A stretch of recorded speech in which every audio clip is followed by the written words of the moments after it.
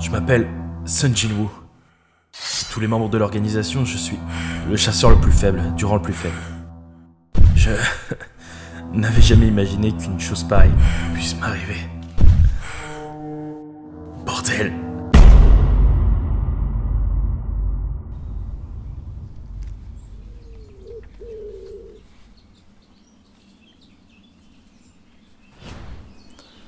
Je pense qu'il est temps qu'on en parle.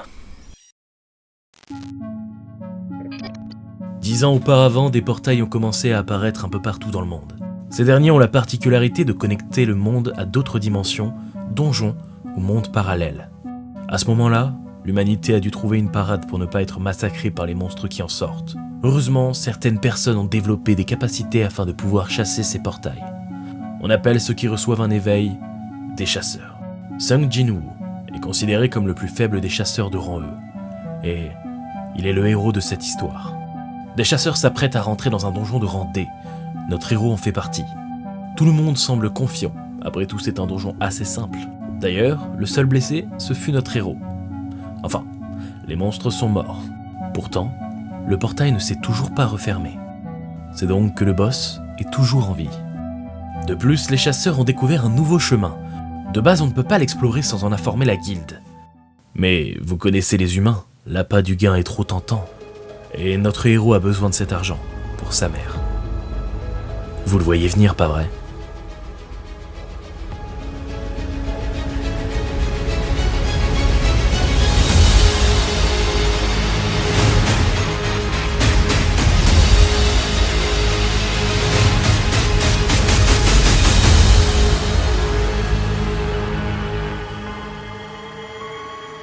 De ce donjon, seules quelques personnes ont survécu. Sun Jinwoo s'est défendu corps et âme jusqu'au dernier moment. Il s'est même sacrifié pour ses amis. Mais étrangement, il n'est pas mort. Mieux que ça, toutes ses blessures ont disparu. Il est devenu un joueur. Et son périple ne fait que commencer. Solo Leveling est une œuvre assez particulière. Elle n'est pas parfaite, ni pour tous les publics, mais ce qu'elle propose, elle le fait bien. Tout d'abord, revenons un peu sur l'univers du titre. Des portails apparaissent aux 4 coins du monde. Les chasseurs, les personnes ayant subi un éveil et ayant obtenu des capacités hors du commun, se chargent de les fermer, récupérant les ressources précieuses au passage. Ces fameux chasseurs sont classés selon leur niveau de puissance, allant du rang E à S.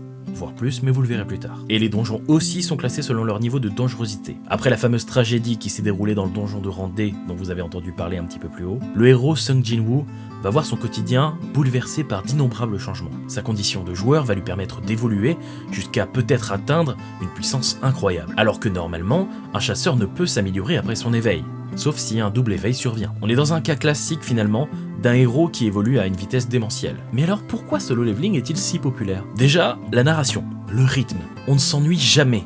Et le tout est bien écrit. Sinon, bien évidemment, ce sont les dessins. Je le rappelle, la plupart du temps, les webtoons sont faits très rapidement et on a tendance à privilégier une sortie rapide à un dessin travaillé. Pourtant, ceux de cette œuvre ont tout ce qu'il faut pour nous accrocher. Énormément de grandes cases, des combats épiques et lisibles, ainsi que des effets de lumière absolument parfaits. En plus de tout ça, une des plus grandes forces du webtoon, c'est le charisme et la badassitude des personnages, et surtout le héros bien sûr. Et évidemment, c'est en grande partie grâce au dessin et au chara-design. L'autre chose qui lui donne une telle popularité, ce sont ses cliffhangers. 90% des chapitres de Solo Leveling se terminent en situation tendue, nous laissant totalement frustrés. Bon, après quelques minutes de frustration, on prend du recul sur la claque qu'on vient de se prendre, et on attend juste la suite, avec impatience.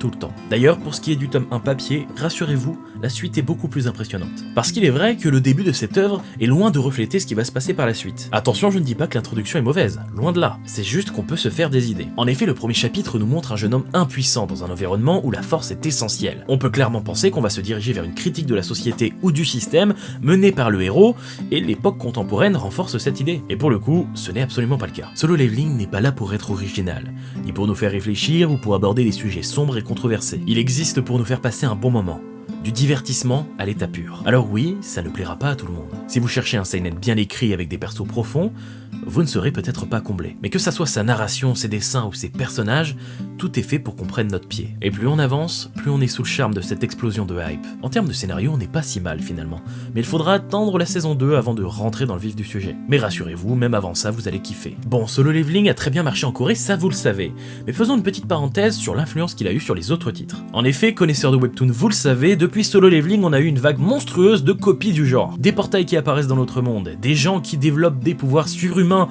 et qui s'appellent des joueurs. Bref, vous connaissez, ça n'arrive pas qu'au webtoon, quand quelque chose fonctionne, on essaie de le reproduire. Enfin, pour terminer, parlons de l'édition papier, qui vient de sortir chez les éditions Kabooks. J'étais pressé et en même temps stressé de découvrir Solo Leveling dans ce format. Bah c'est vrai que l'auteur utilise si bien la verticalité du support webtoon qu'on peut se demander comment ça va rendre en format papier. Et pour tout vous dire, j'ai été impressionné. Alors je ne sais pas si la mise en page a été faite par la maison d'édition française, je crois que oui, mais en tout cas, le travail est là. Après une lecture du premier tome papier, j'ai relu le début du format webtoon. Et ce n'est que là que je me suis aperçu qu'énormément de cases avaient été coupées. Alors ça pourrait en surprendre plus d'un, mais c'était nécessaire selon moi. Ça rend la lecture beaucoup plus simple et surtout on ne voit pas la différence avec un manga classique. Non, parce que sinon on aurait eu des pleines pages tout le temps et ça aurait pas été pratique. Aussi pour ce qui est de la couleur, ça rend très bien. On sent que le papier est de qualité. D'ailleurs, toute l'édition est comme ça. Alors oui, on est sur 15 balles le tome, mais il y a du boulot derrière. Grand format, dorure sur la jaquette, papier de qualité, ça me va perso, cette œuvre le mérite. Bref, j'applaudis Kabooks. D'ailleurs, si vous souhaitez découvrir ce titre dans son format webtoon, il est disponible sur Verytoon, le lien est dans la description. Sur ce, je pense que j'ai tout dit, j'aurais pu m'étaler des heures et des heures sur ce titre tellement je l'aime,